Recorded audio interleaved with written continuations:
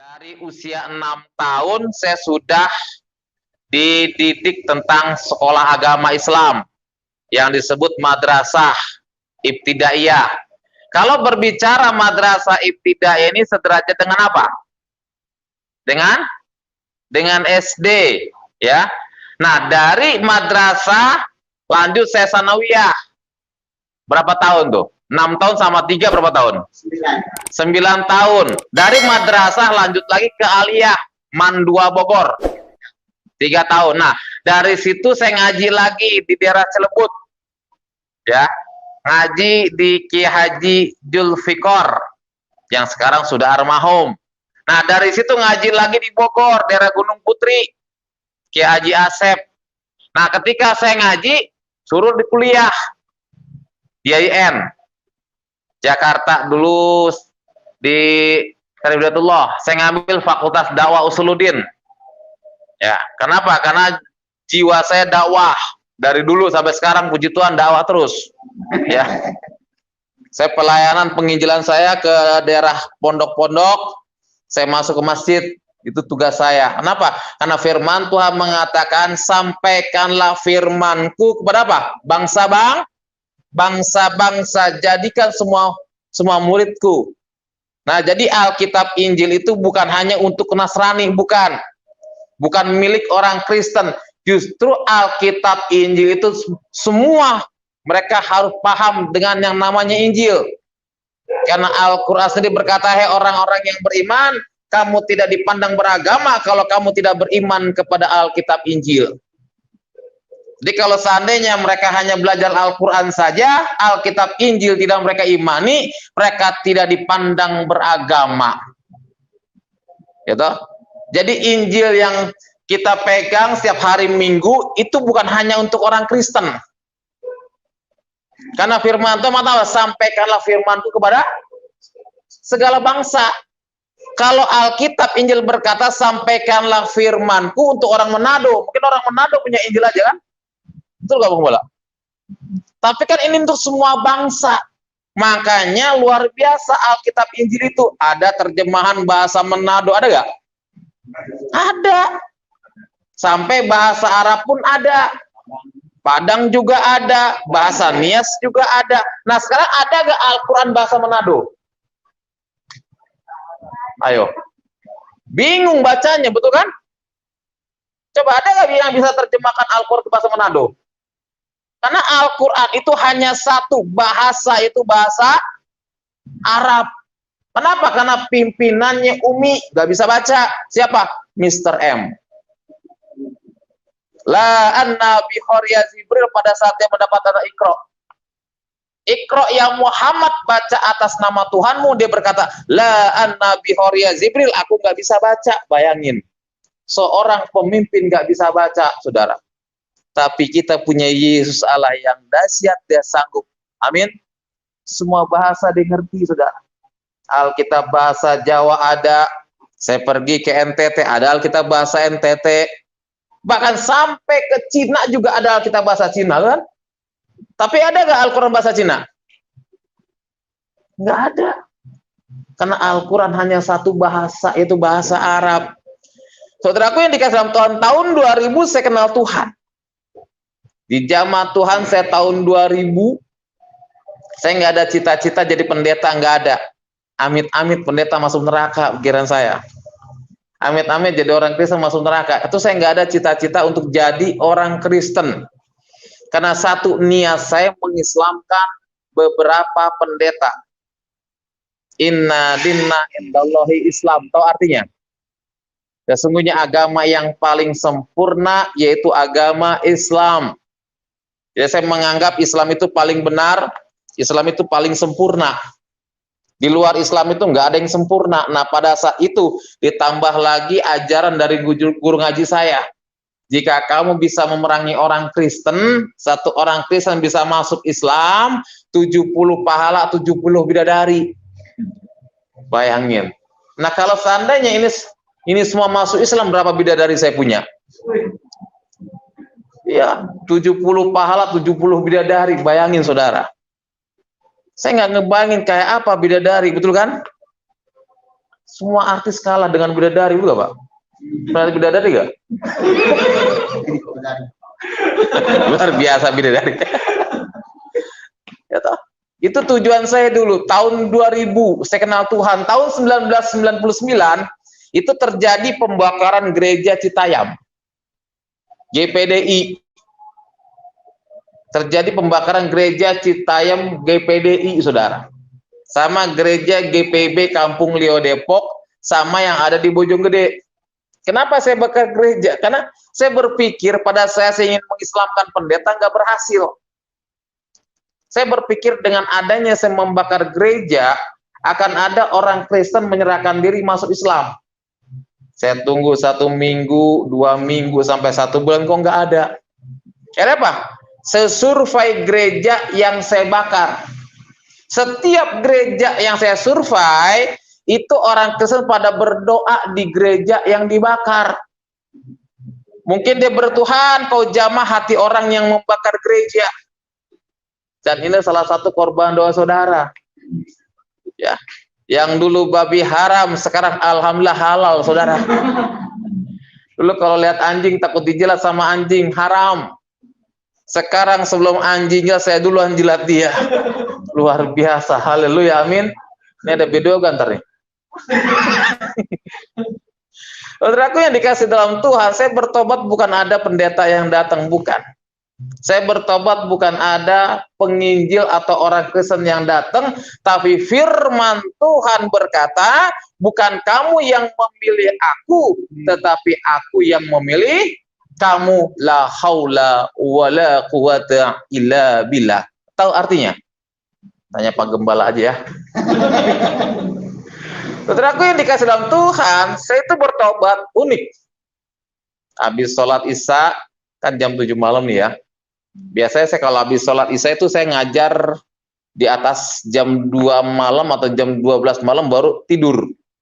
Habis sholat Isya ngajar ngaji yang namanya Nahu Sorof sama tajwid. Tajwid itu artinya apa? Kalau belajar Al-Quran harus memahami tajwidnya dulu. Itu saya. Nahu Sorof. Fa'ala ya fa'alu fa'ula. Terus saya ngajar itu. Itu pelajaran yang paling sulit. Jadi kalau anak santri, apalagi yang namanya kiroat, juara orang yang mau bagus kalau pengen ngaji, maaf kata, itu saya pernah. Kalau pengen suara saya bagus, itu hidung ini dimasukin air cabai. Jadi itu semua keluar. Dan pantangannya kalau jadi kiroat tidak boleh makan yang berminyak. Hanya kentang rebus selama 3 bulan, itu baru suaranya enak. Makanya orang-orang yang MTQ itu maaf kata dilarang makan gorengan, apalagi penggorengan ya. Nggak boleh, kenapa? Biar supaya suaranya bagus. Itu saya pernah, tapi saya nggak sanggup jadi kiroat. Kenapa? Pantangannya itu selama 3 bulan nggak boleh makan, mesti makan rebus-rebusan, kentang rebus, tempe rebus, nggak dikasih bumbu, nggak boleh. Selama 3 bulan. Tuh kalau mau jadi kiroat. Kenapa? Bismillahirrahmanirrahim. Kan mesti panjang itu kan. Tapi saya nggak mampu, saudara. Saya hanya seorang penceramah. Nah, saudaraku yang dikasih dalam Tuhan, apa? Saya bakar gereja, saya bertobat karena kasih karunia Tuhan yang luar biasa. Tuhan jamah saya ketika tidur. Tuhan kasih mimpi kepada saya, dalam mimpi tersebut ada cahaya sinar yang menerangi tubuh saya. Dan cahaya itu mengeluarkan suara yang sangat lembut. Dia berkata, akulah jalan, kebenaran, dan hidup. Tidak ada seorang pun yang datang kepada Bapa kalau tidak melalui aku. Ini mimpi yang saya alami terus-menerus berkali-kali, sampai 3 kali, saudara. Karena mimpi inilah yang membuat saya bimbang, yang membuat saya dihantui, mau sholat, ingat mimpi itu, selalu terngiang terus di telinga saya. Mau jadi imam sampai saya salah, saya tanya sama guru ngaji saya, sama paman saya, kan kalau orang Sunda manggil paman kan mamang, ya. Mang, abdi mau tanya naon atuh Yasin. Gini, saya pernah dikasih mimpi, dalam mimpi tersebut ada cahaya sinar yang menerangi tubuh saya, dan cahaya itu adalah suara yang sangat lembut. Dia berkata, akulah jalan kebenaran dan hidup. Tidak ada seorang pun yang datang kepada Bapa kalau tidak melalui aku. Ini sampai jam berapa? Jam 12 ya? Sampai jam 12 ya? Ya. Saya tanya. Hah? Oh iya, ada kode langsung suruh pulang ya. Karena saya tanya kepada Pak Masa, malah disuruh buka Al-Quran. Saya buka Al-Quran yang jumlahnya 6.666 ayat. Mungkin kalau hambanya sudah tahu ya. Karena kan latar belakang dari sana, nanti hambanya kesaksian Pak siapa? Pak Dian Januar. Wah, luar biasa dari Muslim ini.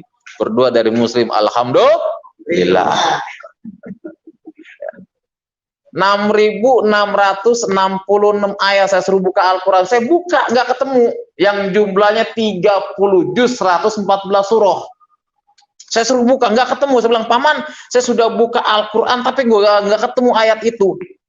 Ya apa? Saya punya guru ngaji, saya datang. Saya bilang, Assalamualaikum Abah, ayat naon atau kemari? Abdi mau tanya, Abah tanya naon katanya. Begini Abah, dalam beberapa bulan yang lalu saya pernah dikasih mimpi, dan mimpi itu menghantui saya terus. Di dalam mimpi tersebut ada cahaya sinar yang merangi tubuh saya, dan cahaya itu adalah suara yang sangat lembut. Dia berkata, akulah jalan, kebenaran, dan hidup.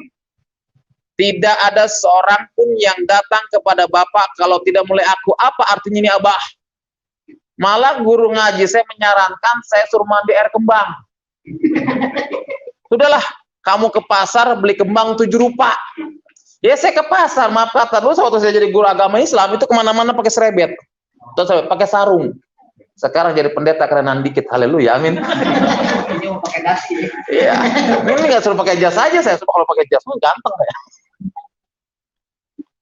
Dulu kemana-mana pakai serebet dan pakai jenggot di sini. Kenapa? Satu jenggot tuh satu malaikat, saudara. Iya, sunnah Rasul. Jenggot di sini panjang-panjangan saya. Berarti kalau jenggotnya masih hitam, kalau minum susu putih, tumpah putih jenggotnya. Iya, sunnah Rasul saya. Pakai celana, kekurangan bahan, gantung. Dan nggak pernah saya pakai sikat gigi, pakai siwak. Ini kalau hamba tahu siwak ya, kayu, kayak siwak gini. Itu haram hukumnya bagi saya pakai sikat gigi. Kenapa? Saya berpikir sikat gigi itu punyanya orang kafir. Saya nggak pernah sikat gigi pakai odol, nggak pernah. Tapi sekarang jadi hamba Tuhan ngerasain semua yang merek odol, saudara, betul? Yang Ciptaden lah, apa luar biasa. Dulu nggak pernah pakai kayu siwak. Itu belinya di khusus di toko Alkitab, di toko Al-Quran. Beli siwak, ada siwak. Siwak itu kayu yang pernah dipakai Nabi Muhammad. Iya, Nabi Muhammad pakai siwak ini kalau gini, wow, itu sunnah. Bahkan sunnahnya luar biasa. Dianjurkan pakai siwak itu sunnah. Sunnah itu artinya apa? Dikerjakan dapat pahala, ya. Tidak dikerjakan tidak dapat pahala. Dikerjakan nggak masalah. Beda dengan wajib. Wajib itu harus dikerjakan. Dikerjakan dapat pahala, ditinggalkan berdosa. Seperti apa? Sholat, zakat, puasa itu wajib. Tapi kalau siwak itu sunnah. Dia kerjakan dia dapat pahala, tapi tidak dikerjakan tidak masalah. Ada sunnah muakkad dan lain sebagainya. Saudaraku yang dikasih dalam Tuhan, akhirnya apa? Saya buka Al-Quran nggak ada. Saya datang ke guru ngaji suruh mandi air kembang. Saya mandi air kembang. Kata guru, ayo calik pulang. Saya pulang. Ketika saya pulang, bukannya malah hilang, malah menjadi-jadi. Saya tanya, kumaha atau Abah? Kok bukannya malah hilang, malah menjadi-jadi? Kumaha ini Abah? Ya sekarang sholatlah istihoro. Sholat istihoro beda dengan sholat tahajud. Ya, istihoro artinya memilih, minta petunjuk ke Kanjeng Gusti Allah. Ya, sholat tahajud kan tengah malam, waktu itu sama tengah malam. Beda dengan sholat tahajud, saya sholat jam 2 malam. Allahu Akbar, saya baca surah Al-Fatihah 7 ayat.